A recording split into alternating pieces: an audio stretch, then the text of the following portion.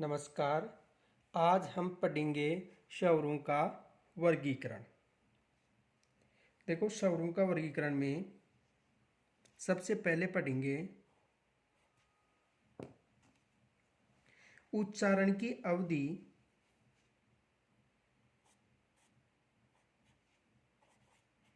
उच्चारण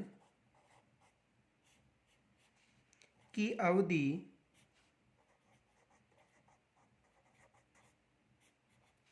उच्चारण की अवधि या मात्रा काल, मात्रा काल के आधार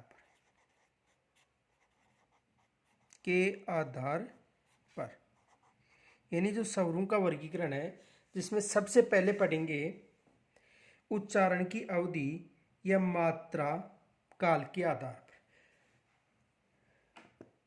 तो देखो, उच्चारण की अवधि या मात्रा काल के आधार पर 3 भागों में बांटा गया है। तो सबसे पहले इसका थोड़ा सा अर्थ देख लो। उच्चारण में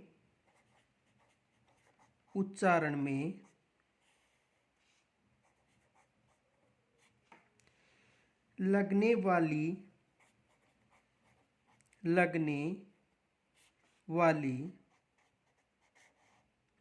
उच्चारण में लगने वाली अवधि के आधार पर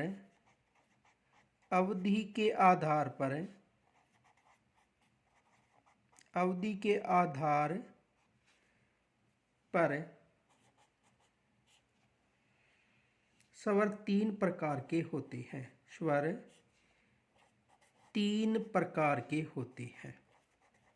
3 प्रकार के होते हैं। यानी उच्चारण में लगने वाली अवधि यानी मात्रा के आधार पर स्वर कितने प्रकार के होते हैं? 3 प्रकार के। देखो कौन कौन से। ह्रस्व,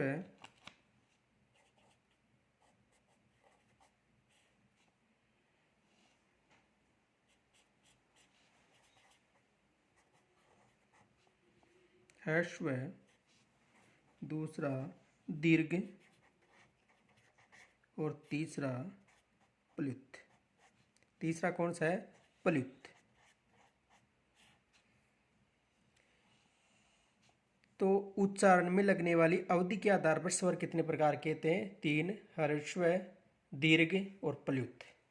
तो सबसे पहले पढ़ेंगे ह्रस्व।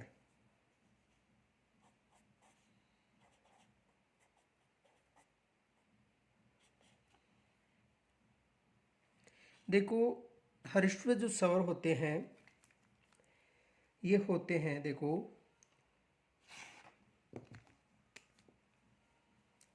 ए, ई, ऊ और री। कितने होते हैं? 4 प्रकार के होते हैं। ए, ई, ऊ, री।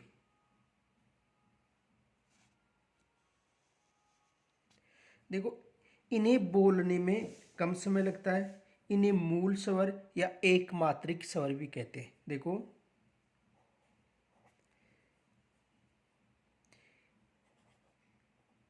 इनको बोलने में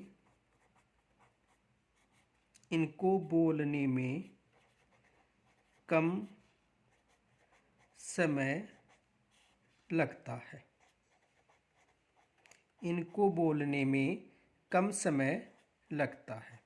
यानी जो ह्रस्व स्वर हैं इनको बोलने में कम समय लगता है। इनकी संख्या 4 होती है।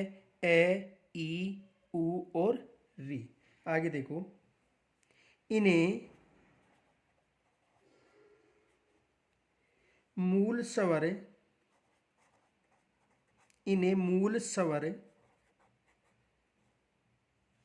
या एक मात्रिक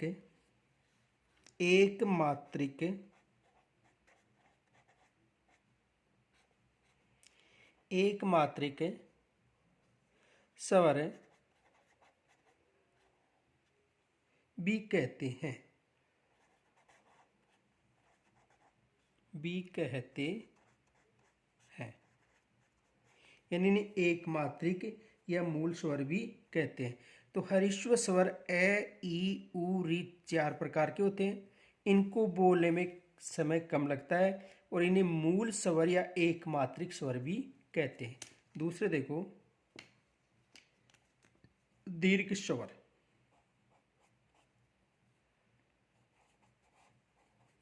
दीर्घ स्वर देखो, मूल स्वर से इनको बोलने में दुगुना समय लगता है, यानी मूल स्वर से इनको बोलने में, दीर्घ स्वर को बोलने में दुगुना समय लगता है। और ये प्राय 2 स्वरों के योग से बनते हैं। इनकी संख्या 7 होती है और इन्हें संयुक्त स्वर भी कहा जाता है। तो देखो कौन कौन से दीर्घ स्वर होते हैं। आ, ई, उ, ए, आई, ओ और औ। इनकी संख्या कितनी होगी? 7। तो दीर्घ स्वरों की संख्या कितनी है? 7। और मूल स्वरों की संख्या कितनी है? 4। तो 7 और 4 कितने हो गए? 11। टोटल कितने हो गए स्वर? 11। तो दीर्घ स्वर हैं आ, ई, उ, ए, आई, ओ, औ। और मूल स्वर ए, ई, उ, री। तो टोटल कितने स्वर हो गए? 11। अब देखो, इनको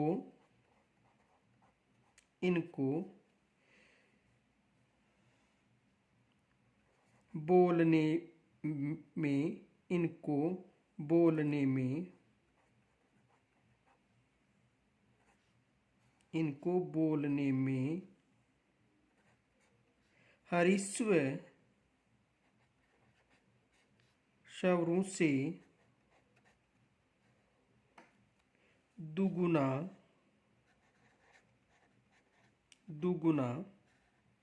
समय लगता है।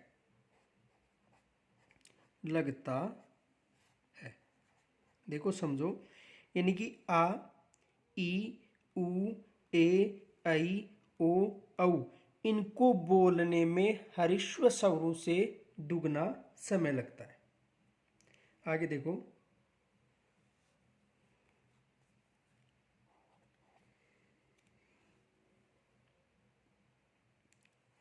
दीर्घ स्वर 7 होते हैं। कितने होते हैं? 7। और ह्रस्व स्वर कितने होते हैं? 4। आगे देखो, ये स्वर ये प्राय 2 स्वरों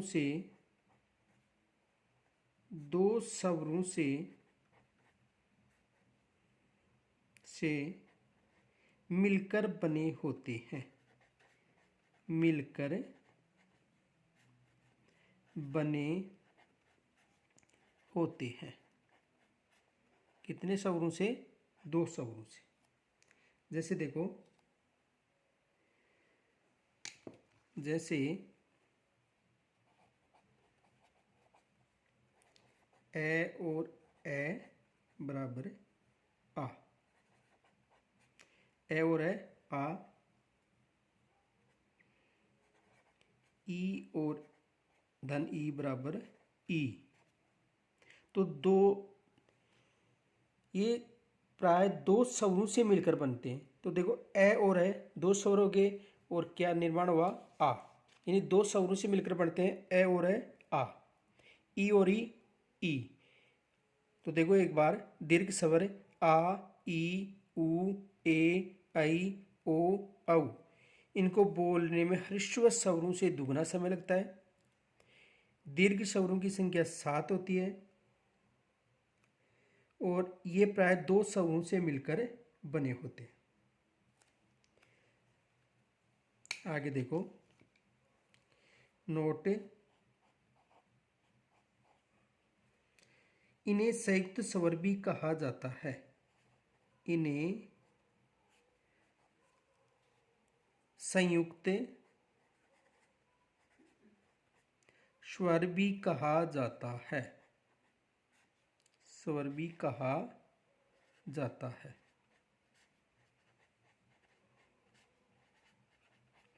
यानी इन्हें संयुक्त स्वर भी कहा जाता है। आगे देखो,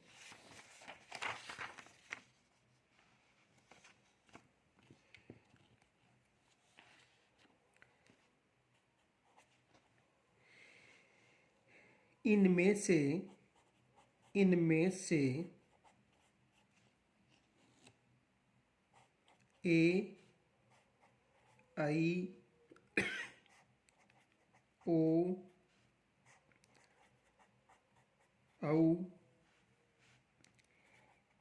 इन चार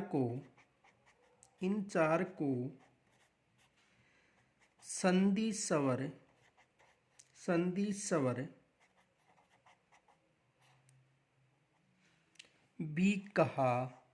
भी कहा जाता है। यानी इन चार को संधि स्वर कहा जाता है कि इनको ए, आई, ओ और औ, इनको संधि स्वर भी कहा जाता है। आगे देखो,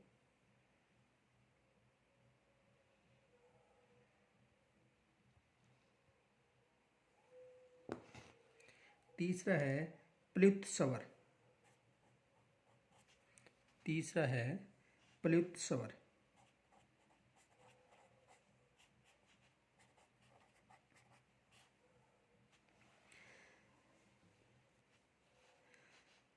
प्रत्येक स्वर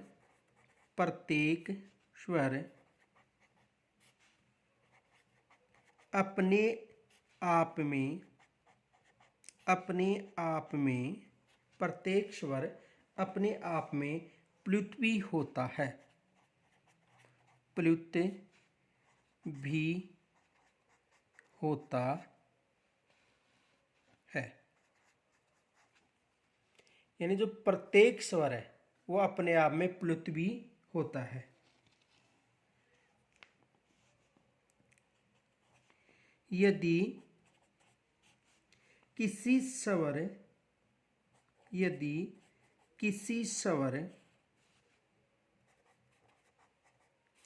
के उच्चारण में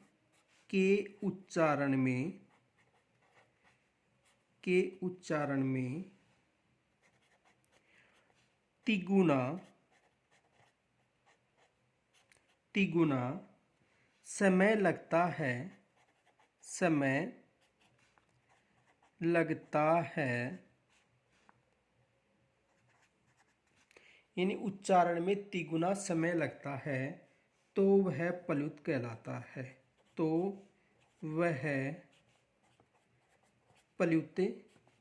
कहलाता है।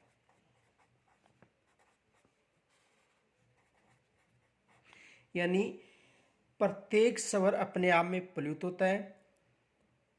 तो टोटल स्वर कितने हैं? 11।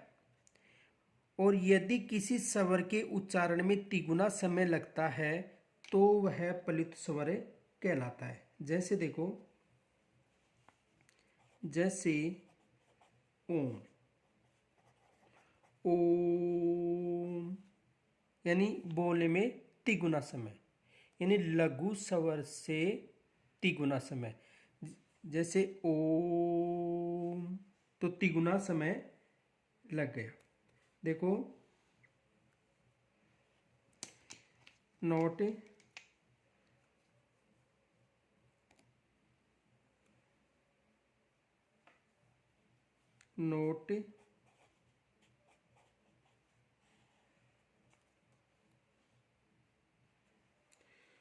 ओम का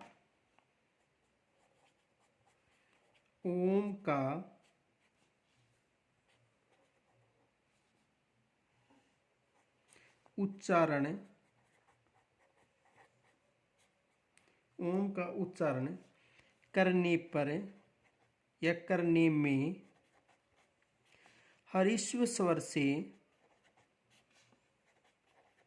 ह्रस्व स्वर से तिगुना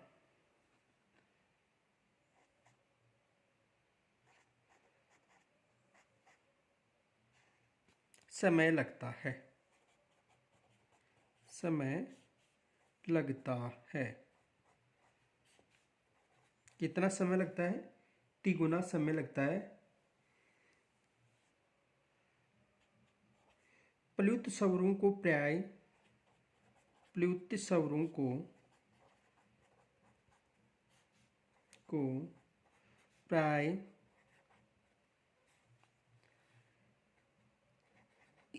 थ्री यानी तीन के जैसा चिन्ह होता है, इस चिन्ह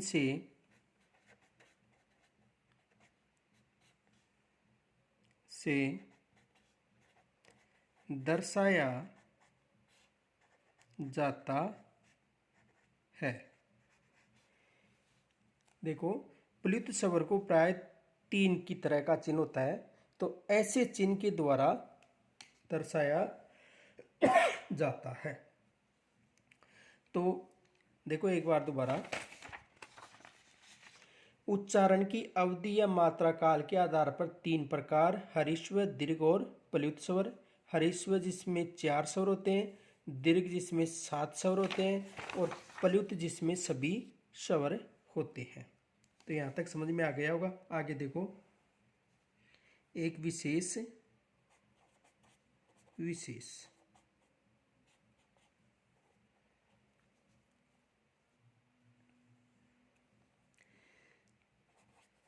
अयोग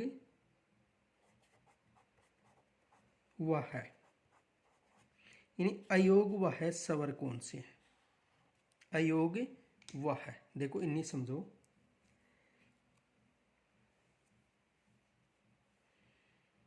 अंग इन अनुस्वार,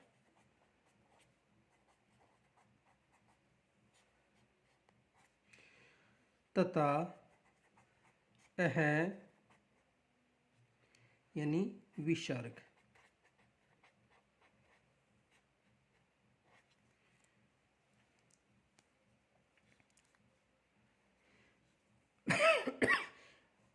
अंग और अह यानी अनुस्वार और विसर्ग हम बाहर खड़ी में लिखते हैं,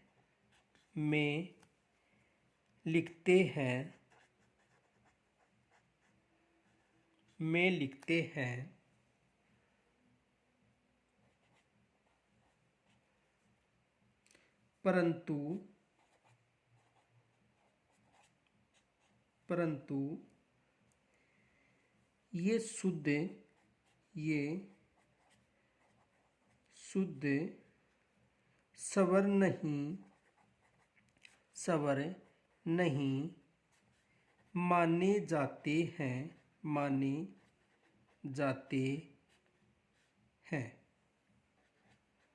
यानी इनका जो उपयोग है, जो बाहर कड़ी है उसमें तो उपयोग में लिया जाता है, परंतु ये शुद्ध स्वर नहीं माने जाते हैं। इन्हें अयोगवाही वर्ण, देखो व्याकरण में इन्हें अयोगवाही वर्ण माना जाता है। अयोगवाही वर्ण माना जाता है। यानी व्याकरण में इन्हें क्या माना जाता है? अयोगवाही। तो एक बार देख लो दोबारा, अयोगवाही अंग यानी अनुस्वार तथा है विसर्ग हम बारकड़ी में तो लिखते हैं, परंतु ये शुद्ध स्वर नहीं माने जाते हैं। व्याकरण में इन्हें अयोगवाही वर्ण कहा जाता है। देखो प्रश्न देखो कैसा आ सकता है।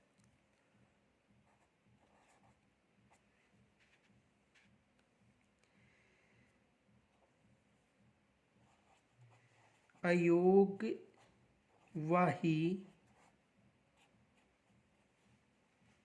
अयोगवाही है,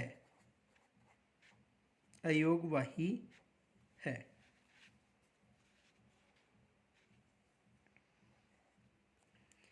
ए अनुस्वार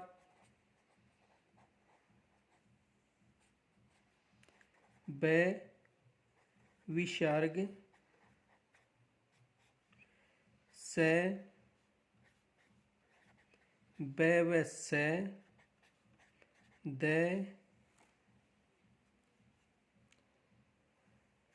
दीर्घ स्वर। तो अयोग वाही है अनुस्वार और विसर्ग यानी ब और से।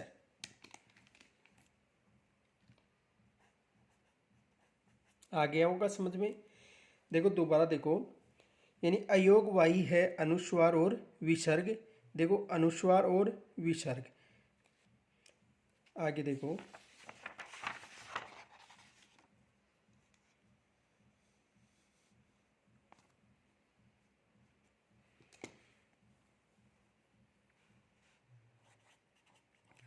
उच्चारण उच्चारण के आधार पर, के आधार पर, उच्चारण के आधार पर स्वर। किसके आधार पर? उच्चारण के आधार पर स्वर। देखो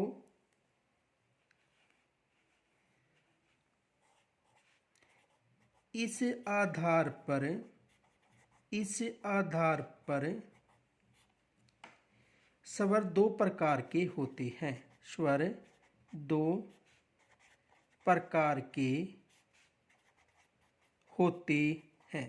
कितने प्रकार के होते हैं? दो प्रकार के होते हैं। कौन कौन से? देखो, एक है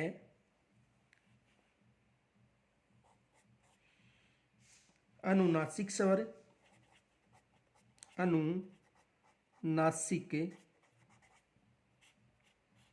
स्वर, और दूसरा है निर्नुनासिक, निर्नुनासिक, निर्नुनासिक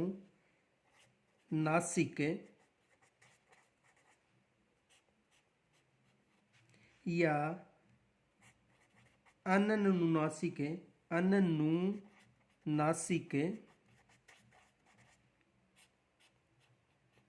स्वर।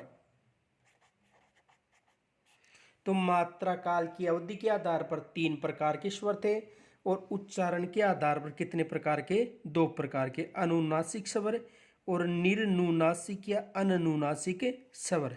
तो देखो सबसे पहले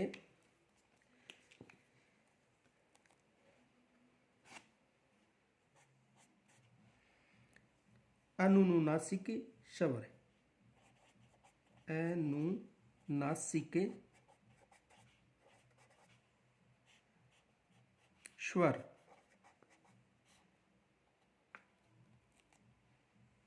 यानी जिन स्वरों के उच्चारण में वायु मुख के साथ साथ नाक से भी बाहर निकलती है उन्हें अनुनासिक स्वर कहा जाता है। देखो,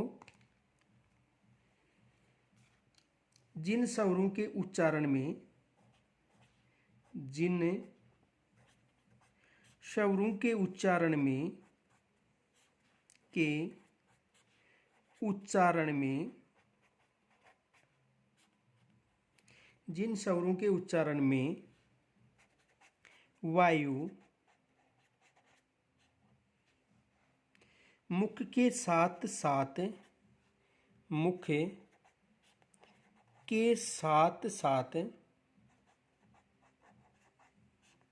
मुख के साथ साथ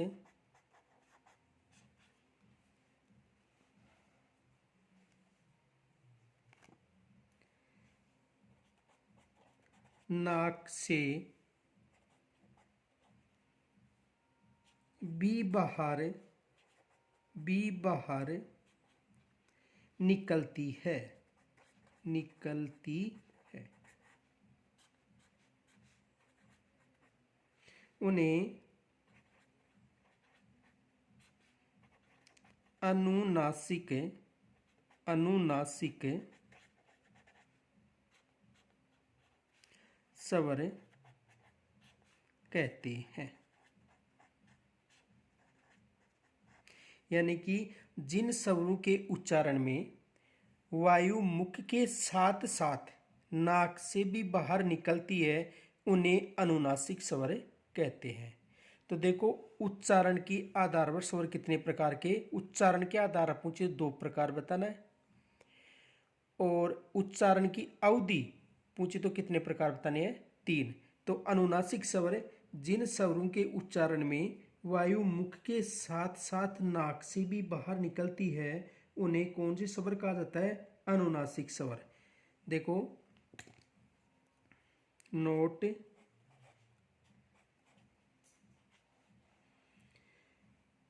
अनुनासिक स्वरों को अनुनासिक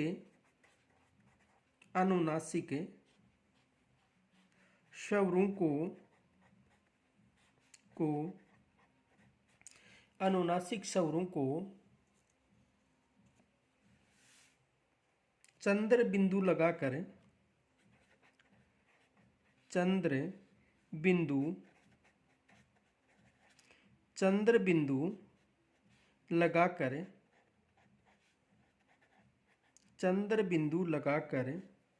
लिखा जाता है।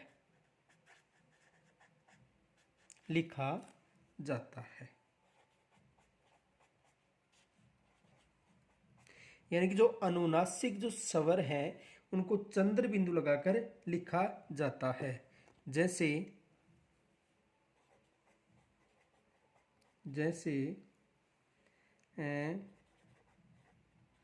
आ ई इत्यादि, यानी इन्हें चंद्र बिंदु लगाकर लिखा जाता है। जैसे देखो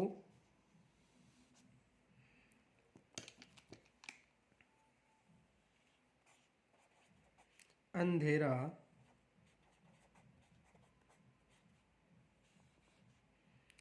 आँख, अंधेरा आँख, ऊंट आदि इत्यादि। ठीक है, तो यानी अनुनासिक स्वर जिन स्वरों के उच्चारण में वायु मुख के साथ साथ नाक से भी बाहर, यानी मुख और नाक से बाहर निकले उन्हें अनुनासिक स्वर कहते हैं। और अनुनासिक स्वरों को चंद्र बिंदु लगाकर लिखा जाता है, जैसे अंधेरा, आँख, ऊंट इत्यादि। आगे देखो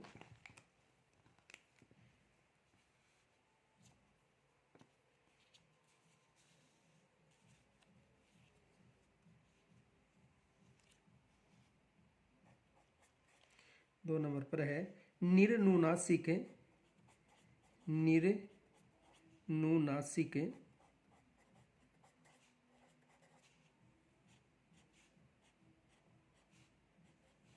या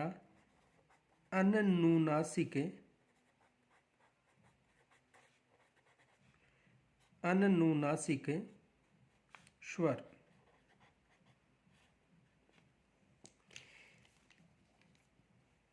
जिन स्वर, देखो निर्नुनासिक या अनुनासिक यानी जिन स्वरों के उच्चारण में वायु केवल मुख से बाहर निकलती है। किससे? मुख से बाहर। अनुनासिक तो मुख और नाक से, और इसमें केवल मुख से बाहर निकलती है, उन्हें निर्नुनासिक स्वर कहते हैं। देखो जिन स्वरों के उच्चारण में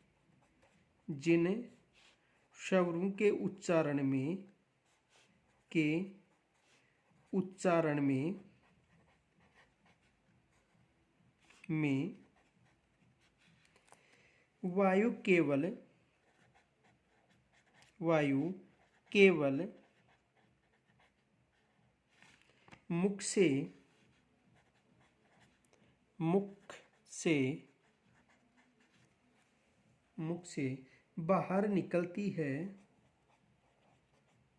बाहर निकलती है,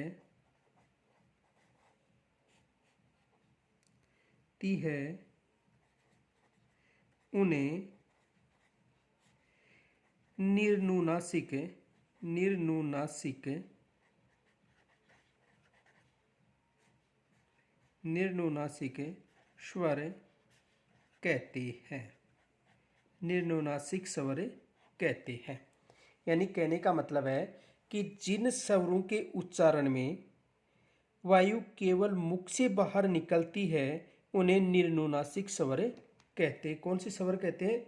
निर्नुनासिक। आगे देखो,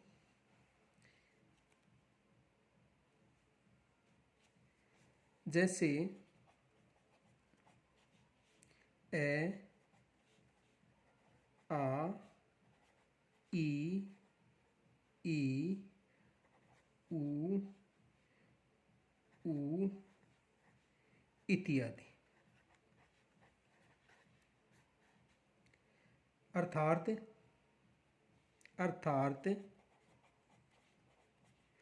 वर्णमाला के या वर्णमाला में प्रयुक्त सभी स्वर। तो देखो, उच्चारण के आधार पर स्वर कितने प्रकार के हो गए? 2। अनुनासिक। उच्चारण के आधार पर देखो, उच्चारण के आधार पर 2 प्रकार के स्वर हो गए, अनुनासिक और निर्नुनासिक या अनुनुनासिक। अनुनासिक जिन स्वरों के उच्चारण में वायु मुख के साथ साथ नाक से बाहर निकलती है, और निर्नुनासिक में केवल उच्चारण के समय जो वायु है वो मुख से बाहर निकलती है। तो उच्चारण के आधार पर कितने प्रकार के स्वर? 2 प्रकार। आगे देखो,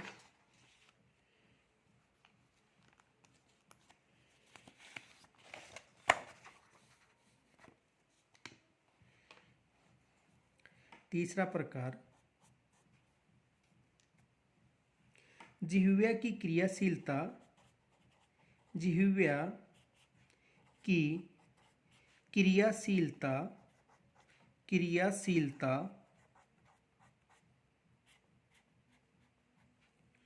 के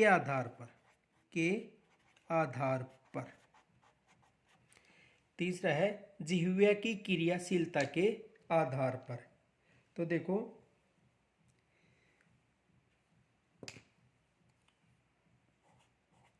इस आधार पर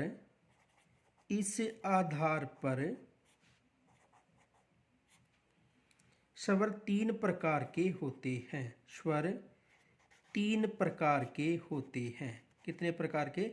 3 प्रकार के होते हैं। यानी जिह्वा की क्रियाशीलता के आधार पर स्वर कितने प्रकार के होते हैं? 3 प्रकार के। कौन कौन से? देखो, पहला है अग्रस्वर।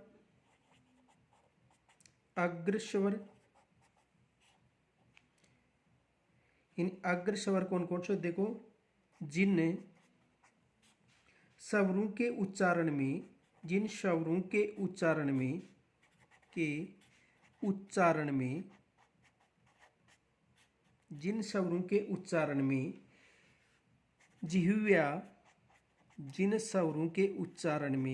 जिह्वा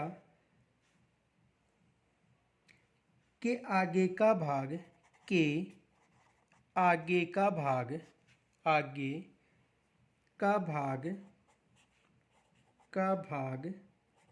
सक्रिय रहता है। आगे का भाग सक्रिय रहता है, वे अग्र स्वर कहलाते हैं। वे अग्र स्वर कहलाते हैं। स्वर कहलाते हैं। तो देखो, जिह्वा की क्रियाशीलता के आधार पर 3 प्रकार होते हैं, जिसमें सबसे पहले अग्र स्वर, यानी जिन स्वरों के उच्चारण में जिह्वा के आगे का भाग सक्रिय रहता है वो कौन से स्वर कहलाते हैं? अग्र स्वर कहलाते हैं। जैसे ई, ए और आई, ये कौन से स्वर हो गए? अग्र स्वर। आगे देखो,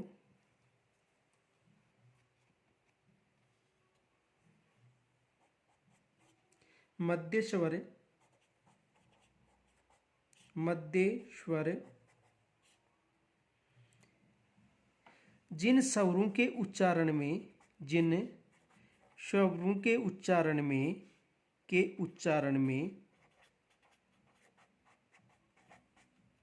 उच्चारण में जिह्वा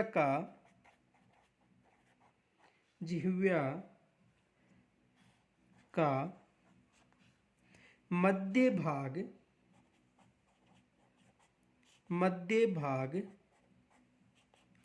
सक्रिय रहता है, मध्य भाग सक्रिय रहता है, वे मध्य स्वर कहलाते हैं, वे मध्य स्वर कहलाते हैं, मध्य स्वर कहलाते हैं। यानी जिन स्वरों के उच्चारण में जिह्वा का मध्य भाग सक्रिय रहता है वे मध्य स्वर कहलाते हैं, जैसे ए। आगे देखो, पश्य स्वर,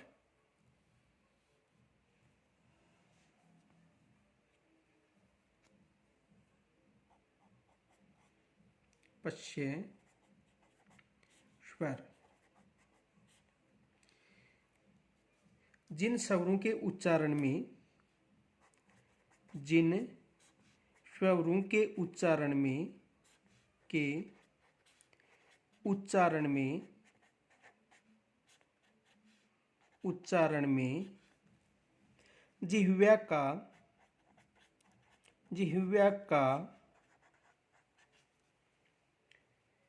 पिछला भाग सक्रिय रहता है, पिछला भाग सक्रिय रहता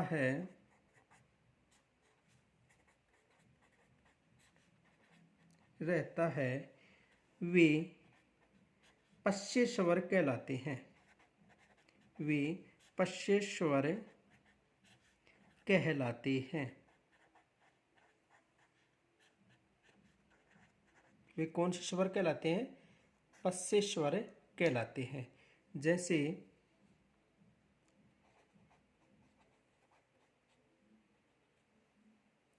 आ,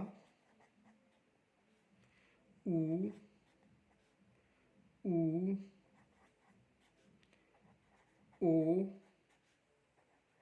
औ और ओ, ये कौन से स्वर हैं? पश्य स्वर। तो जिह्वा की क्रियाशीलता के आधार पर स्वर कितने प्रकार के हो गए? 3 प्रकार के। कौन कौन से? अग्र, मध्य और तीसरा हो गया पश्य। तो कितने प्रकार के हो गए? 3 प्रकार के, अग्र, मध्य और पश्य स्वर। आगे देखो,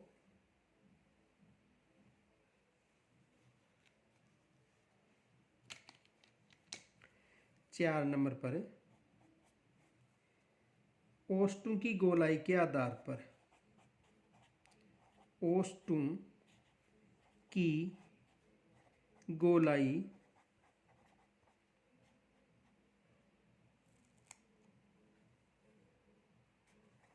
के आधार पर, इन ओष्ठों की यानी होठों की गोलाई के आधार पर, किनके आधार पर? होठों की गोलाई के आधार पर कितने प्रकार के होते हैं? 2 प्रकार के।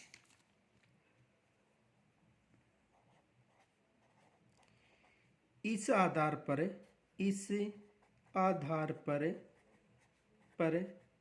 स्वर 2 प्रकार के होते हैं। कितने प्रकार के? 2 प्रकार के होते हैं। यानी होठों की गोलाई के आधार पर जो स्वर है वो कितने प्रकार के होते हैं? 2 प्रकार के। कौन कौन से होते हैं? देखो,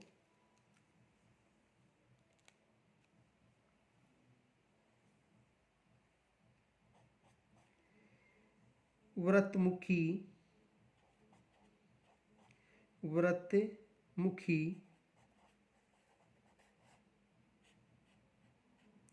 या वृत्ताकार,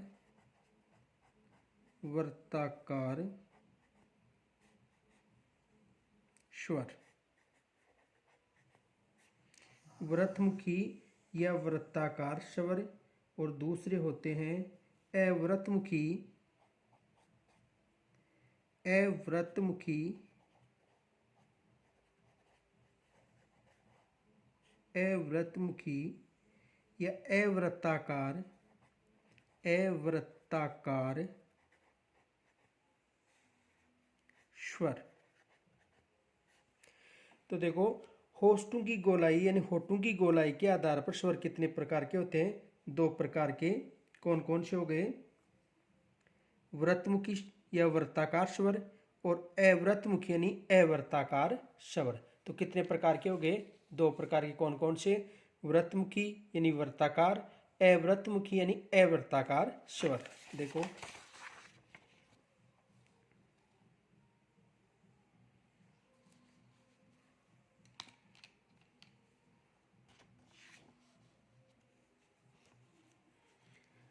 सबसे पहले वृत्तमुखी,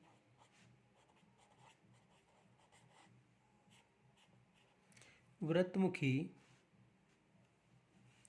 या वृत्ताकार, वृत्ताकार स्वर। वृत्तमुखी या वृत्ताकार स्वर। तो देखो, जिन स्वरों के उच्चारण में, जिन स्वरों के उच्चारण में,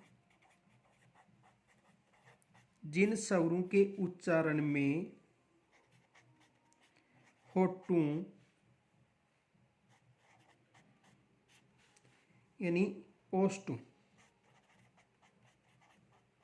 होठों यानी ओष्ठों का आकार, का आकार, का आकार गोल हो जाता है, गोल हो जाता है, गोल हो जाता है, वे वृत्तमुखी, वृत्तमुखी स्वर कहलाते हैं, स्वर कहलाते हैं, कहलाते हैं। यानी होठों का जो आकार है वो वृत्त के समान हो जाता है, तो वो कौन से स्वर कहलाते हैं? वृत्तमुखी स्वर। जैसे, जैसे उ, ऊ, ओ और औ। ये कौन से स्वर हैं? वृत्तमुखी स्वर। ये जो चार स्वर हैं कौन से स्वर हो गए? वृत्तमुखी स्वर। आगे देखो,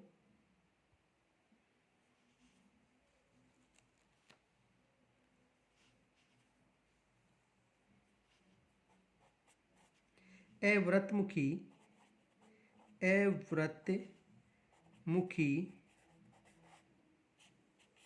या अवृत्ताकार, अवृत्ताकार स्वर। अवृत्तमुखी या अवृत्ताकार स्वर। तो देखो, जिन स्वरों के उच्चारण में होठ गोल न खुलकर अन्य प्रकार से खुलते हैं उन्हें अवृत्तमुखी या अवृत्ताकार स्वर कहते हैं। तो देखो, जिन स्वरों के उच्चारण में, जिन स्वरों के उच्चारण में, स्वरों के उच्चारण में, उच्चारण में, जिन स्वरों के उच्चारण में होठ गोल, होठ गोल न खुलकर, न खुलकर, होठ न यानी होठ गोल न खुलकर किसी अन्य आकार में खुलते हैं, किसी अन्य आकार में, अन्य आकार में, अन्य आकार में खुलते हैं, उन्हें अवृत्तमुखी, उन्हें अवृत्तमुखी स्वर कहते हैं। उन्हें अव्रतमुखी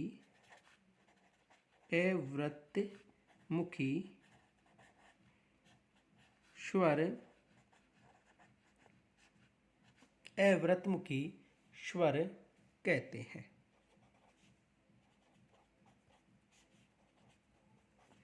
तो जिन स्वरों के उच्चारण में होठ गोल न खुलकर अन्य आकार में खुलते हैं उन्हें कौन से स्वर कहा जाता है? अव्रतमुखी स्वर। जैसे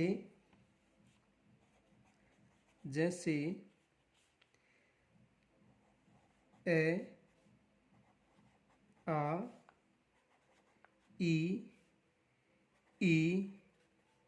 ए, आई। ये कौन से स्वर हो गए? अव्रतमुखी। और ये कौन से स्वर हो गए? व्रतमुखी। आगे देखो, मुखाकृति के आधार पर स्वरों का वर्गीकरण। पांचवा प्रकार,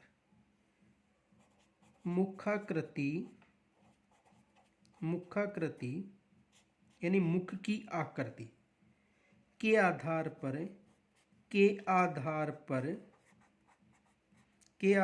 पर स्वरों का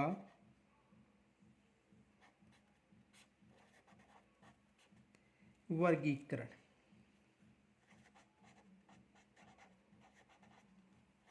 स्वरों का वर्गीकरण यानी मुख की आकृति के आधार पर स्वरों का वर्गीकरण। तो देखो कौन कौन से होते हैं। देखो, संवृत स्वर। दूसरा प्रकार है अर्ध संवृत स्वर। अर्ध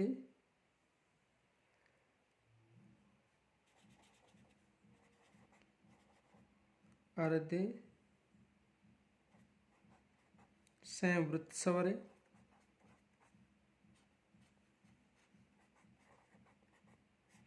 तीसरा प्रकार है विवर्त स्वर।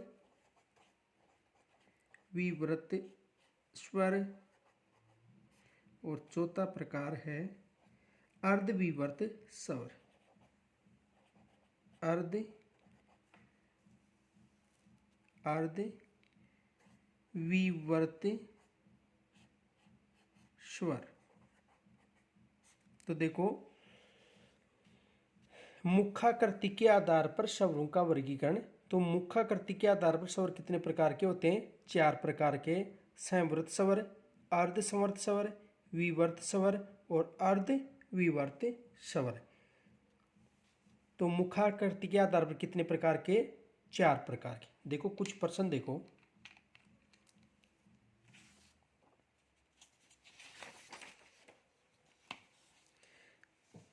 क्वेश्चन नंबर पहला, उच्चारण की अवधि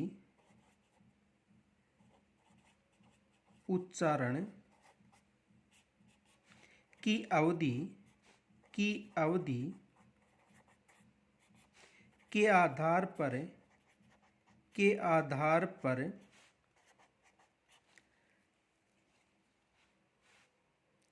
स्वर कितने प्रकार के होते हैं? कितने प्रकार के होते हैं? कितने प्रकार के होते हैं? तो देखो, ए 2 प्रकार, ब 3 प्रकार, से 4 प्रकार और द 5 प्रकार। तो स्वरों की उच्चारण की अवधि है उसके आधार पर स्वर कितने प्रकार के होते हैं? 3 प्रकार के। कितने प्रकार के हो गए? 3 प्रकार के। कौन कौन से? हरीश्व स्वर, दीर्घ स्वर और प्लुत स्वर। तो कितने प्रकार के स्वर हो गए? 3 प्रकार के स्वर। ठीक है, आगे देखो,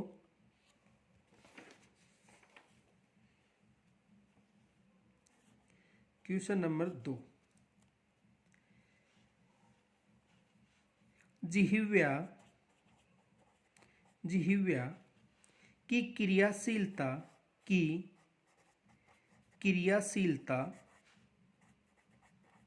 जिह्वा की क्रियाशीलता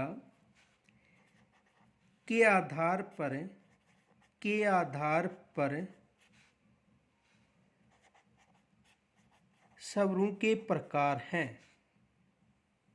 स्वरों के प्रकार हैं यानी कितने प्रकार के हैं, किसके आधार पर? जिह्वा की क्रियाशीलता के आधार पर। तो देखो ए 2 प्रकार, ब 3 प्रकार, स 4 प्रकार और द 5 प्रकार। तो देखो जिह्वा यानी जीव की क्रियाशीलता के आधार पर स्वर कितने प्रकार के हो गए? 3। कौन कौन से थे? ब देखो ये तो अग्र स्वर, एक मध्य स्वर और एक पश्य स्वर। कितने स्वर हो गए? 3 प्रकार के। कौन कौन से? देखो उच्चारण की अवधि के आधार पर हरिश्व, दीर्घ और प्लुत 3 प्रकार के।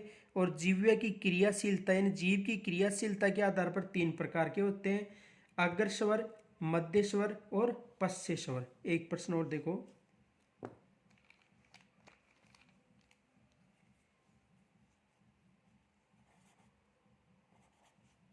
ओष्ठों की गोलाई, ओष्ठों यानी होठ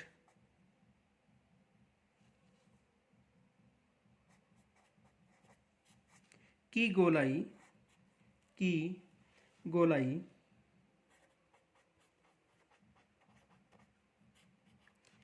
के आधार पर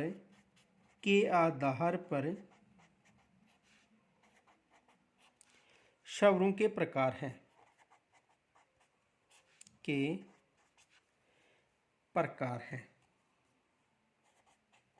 के प्रकार हैं यानी ओष्ठ की गोलाई यानी होठों की गोलाई के आधार पर स्वरों के प्रकार हैं। देखो ए 2 प्रकार, ब 3 प्रकार, स 4 प्रकार, द 5 प्रकार। तो देखो होठों की गोलाई के आधार पर स्वरों के कितने प्रकार हैं? 2 प्रकार। कितने प्रकार हो गए? 2। कौन कौन से? व्रतमुखी यानी वृत्ताकार, और दूसरा है अव्रतमुखी यानी जिनका मुख वृत्ताकार न हो। ठीक है, आगे देखो क्वेश्चन नंबर 4। मुखाकृति के आधार पर, मुखाकृति यानी मुख की आकृति, मुखाकृति यानी मुख की आकृति के आधार पर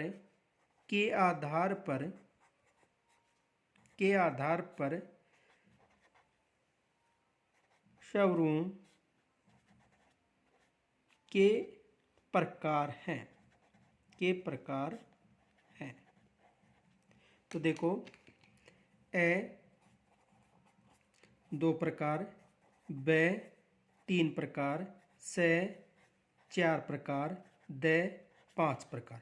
तो मुख की आकृति के आधार पर जो स्वरों के प्रकार हैं वो कितने हैं? 4 प्रकार। कितने हो गए? 4 प्रकार।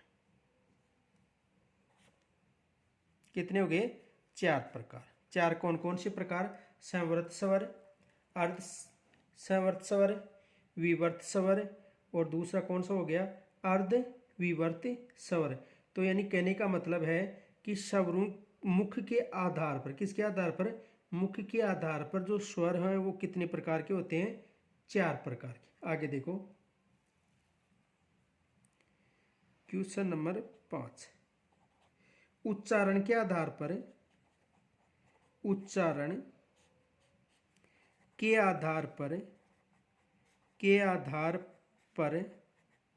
स्वरों के प्रकार हैं।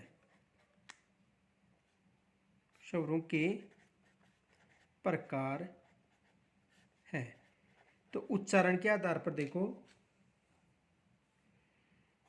ए 2 प्रकार, ब 3 प्रकार, स 4 प्रकार और द 5 प्रकार।